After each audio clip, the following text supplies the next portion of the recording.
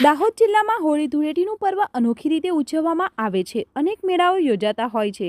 એક ખાસ માન્યતા અને આસ્થા સાથે અલગ અલગ પ્રકારના મેળા યોજાતા હોય છે, જેમાં ધૂળેટીના દિવસે ખંગેલા ખાતે બાબા ગળદેવના મેળો યોજાય છે, જેમાં ખુલ્લી જગ્યામાં એક 25 ફૂટ ઊંચો લાકડાનો માંચડો બનાવવામાં આવે છે અને 20 ફૂટ લંબાઈનું લાંબુ ગોળ લાકડું ગોળ ફરી શકે તે રીતે આડું બાંધવામાં આવે છે। શ્રદ્ધાળુઓ પોતાની માન્યતા પૂર્ણ કરવા માટે આવે છે। સંતાન પ્રાપ્તિ, આરોગ્યની સુખાકારી, ખેતી જેવી અનેક માન્યતાઓ સાથે શ્રદ્ધાળુઓ અહીં આવે છે અને ઢોલના તાલે નૃત્ય કરતા જઈ માંચડાને ફરતે ગોળ ગોળ ફરે છે। ત્યારબાદ તેને ઉપર લાકડા સાથે દોરડા વડે બાંધી 2 ચક્કર ફેરવવામાં આવે છે। આ પરંપરા આદિવાસી સમાજમાં પ્રાચીન સમયથી ચાલી આવતી પરંપરા છે અને આજે પણ યથાવત છે।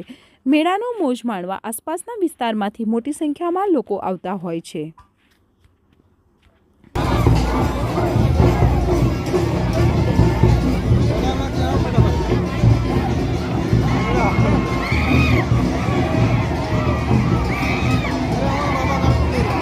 મારું નામ રમસોભાઈ કાળુભાઈ મેડા, હું ખંગેલા ગામનો છું અને અમારે ખંગેલા ગામમાં બાબા ગળનો મેળો વર્ષો પૂર્વજોથી ચાલતો આવે છે અને બંને રાજ્યની MP અને ગુજરાતની બોર્ડર ઉપરનું ગામ હોવાથી બંને રાજ્યની પબ્લિક ભેગી થઈને હર્ષોલ્લાસથી મેળાનું આયોજન કરીને ઉજવણી કરે છે।